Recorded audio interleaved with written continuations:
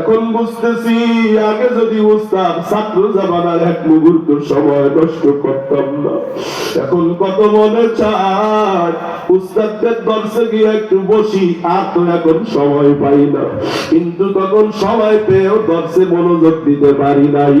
হুজুর আবু তাহের মিসবাহ সাহেব আদিব সাহেব হুজুর বলেন খন্ড খন্ড সবাইকে মনোযোগ দাও, তার মানে নামাজের সময় 5 মিনিট বাকি আছে, বসে থাইকো না, তালেবে ইলম বলে কিতাবটা নিয়ে মুতাআলা শুরু করে দাও। সাধারণ মানুষ হইলে তাসবিহটা নিয়ে জিকির করা শুরু করে দাও, অথবা কোরআনটা খুলে তেলাওয়াত করা শুরু করে দাও। ওই সৌদি আরবে যাবার পর মক্কা মদিনায় বাইতুল্লাহ মসজিদে নববীতে আমি দেখেছি, আরে আমাদের জীবনের সময়গুলো চায়ের দোকানে আড্ডায় নষ্ট হয়ে যায়, যুবকদের সময়গুলো গাড়ির পিছনে ঘুরতে ঘুরতে নষ্ট হয়ে যায়, ঠিক কিনা বলেন? মোবাইলে দিয়ে নষ্ট হয়ে যায়। অথচ কোন চায়ের দোকান ওই সৌদিতে পাইলাম না। মক্কা মদিনার মানুষ সকাল 10টা বাজে মসজিদে বা হারামে এসে তারা কোরআনের তেলাওয়াত, আবার একটু পরে তাসবিহটা নিয়ে তাসবিহ তাহলিল পড়া শুরু করে দেয়, আবার একটু পরে নামাজের মধ্যে দাঁড়ায় যায় রে বাজার। ওরা সময়টা নষ্ট করে না, কারণ এক মুহূর্তের বড়টা আমরা এই মুহূর্তের দামটা বুঝি না। জন্য আল্লাহ বুঝানোর জন্য সময়ের শপথ খায় বললেন, আমি আল্লাহ সময়ের শপথ খায় বললাম তোর হায়াতে জিন্দেগিটা তো শেষ হয়ে যাচ্ছে।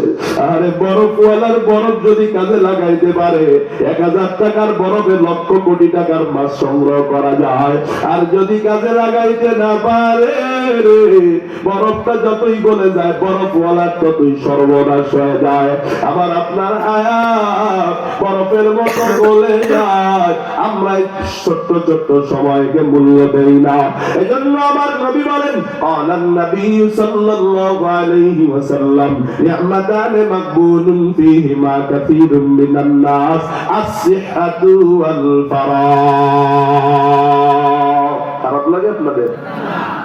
কয়েকজনে এদিক ওদিক তাকাচ্ছেন। আমার তবিয়ত এটা না যে আমার সামনে কেউ অন্যদিক তাকাবে আর আমি বয়ান করব। ভাই বয়ান বন্ধ করে মোনাজাত দেব, আমরা তারে সাইজ করব।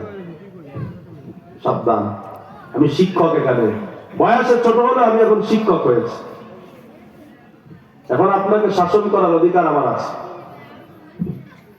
কোন দিকে কেউ তাকাবেন না। এটা ভার্সিটির লেকচার না যে মুখস্থ করে দেওয়া যায়। কত বয়ানে একভাবে বয়ান সাজায় আসছি, মাহফিলে গিয়ে ভিন্ন দিকে চলে গেছে আলোচনা। এটা আসমান থেকে চাবি নড়ে। আপনারা যদি কেউ অন্যদিকে তাকান তো আমার কিন্তু মাথার থেকে সব হারায় যায়।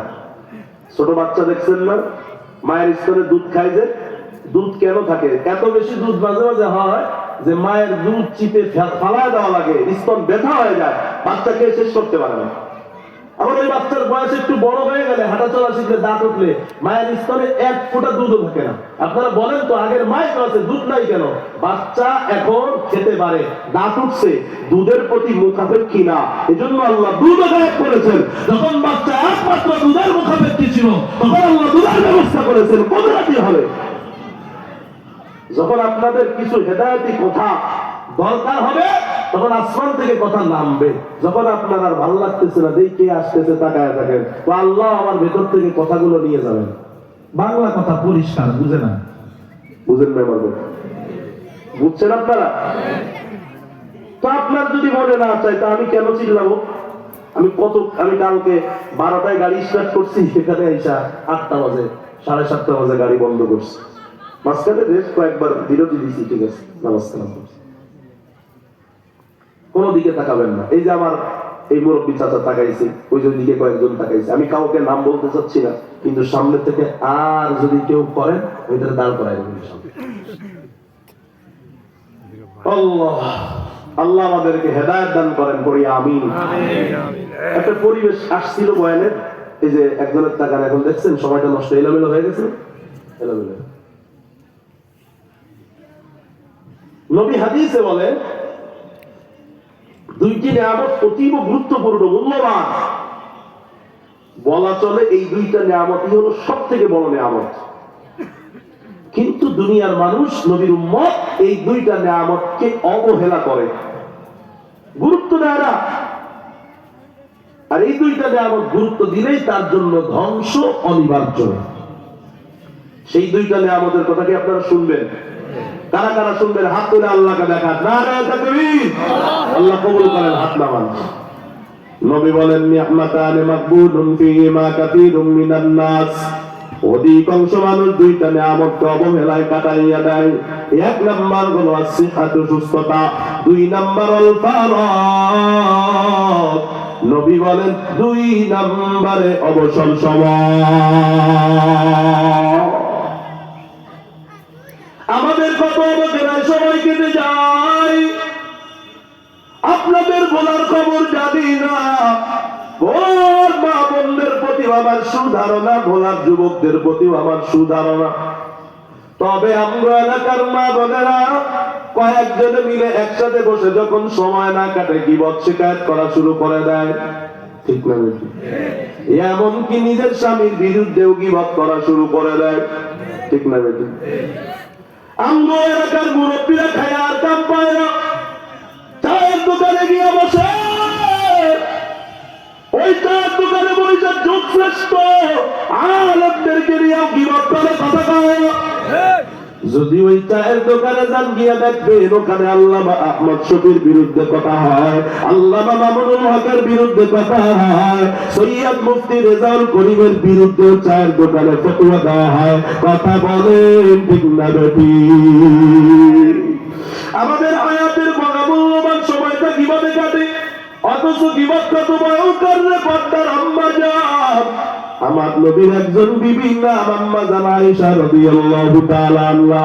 একদিন আমার মায়ের নবীকে বলেন হাসবুকা মিন সফিয়াতা কাযা ওয়া কাযা, ও মায়ের নবী আপনার বিবি সফিয়া ও এমন এমন, তার মানে ও হলো একটু ছোট, একটু খাটো, একটু মুখেও কিন্তু বলেন নাই যে খাটো, শুধু বলছেন এমন এমন। আমার মায়ের নবী এই কথাটুকু শুনিয়া জবাব দেয় লাকাদ কুলতি কালিমাতান লাউ মুজিজাত বিমাইল বাহরি লামাজাজাতু। ওয়া আয়েশা, তোমার সতীনের ব্যাপারে আমার বিবির অন্য বিবির ব্যাপারে তুমি একটু খাটোর ইশারা করেছো, তোমার এই কথাটা কত খারাপ জানো রে? যদি তোমার এই কথাটা সমুদ্রের পানির মাঝে নিক্ষেপ করা হয়, নবী বলেন তামাম দুনিয়ার সকল পানিগুলো কালো হইয়া যাবে। নাউজুবিল্লাহ বলেন। এরে নবীর উম্মতের দল, আমরা যদি কাউকে খাটো বলি, কেউ যদি বলে খাটো করিনি কেন, গীবত করলি কেন, সত্যই তো বলছি, মিথ্যা নাকি? কথা কয় না। হ্যাঁ, সত্য বললেই তো গীবত হয়, মিথ্যা বললে তো অপবাদ। যাই হোক, গীবত আজকে আমার বিষয়বস্তু না, আমার বিষয় হলো সময়। এই জন্য আমি এদিক থেকে চলে গেলাম। আমাদের সময়গুলো আজ কোথায় কোথায় জানি নষ্ট হয়ে যায় রে বাজার। আরে পর্দার আম্মা জান, এতটুক কথা যদি এত কালো হতে পারে, সারা দুনিয়ার সব পানি যদি নষ্ট দুর্গন্ধ পচে যেতে পারে, আপনি আমি যে স্বামীর বিরুদ্ধে কত কথা বলি, পাশের বাড়ির বিরুদ্ধে কত কথা বলি, জামাদার বুজুর্গ